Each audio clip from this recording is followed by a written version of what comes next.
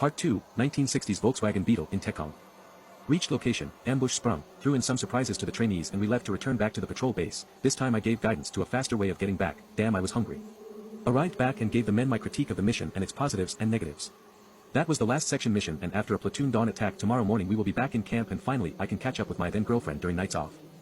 The rest of the exercise was uneventful, and we sprung an excellent platoon assault on objective which was praised by the CO who was observing. After an exhausting evacuation drill running back to camp for at least 5 km we were done. Time for a clean-up and equipment maintenance.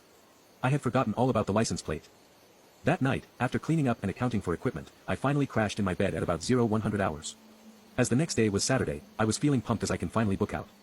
5 days of staying in can really affect a man's mental state, I tell ya. That night, I dreamt that I was a villager, back in the 60s era.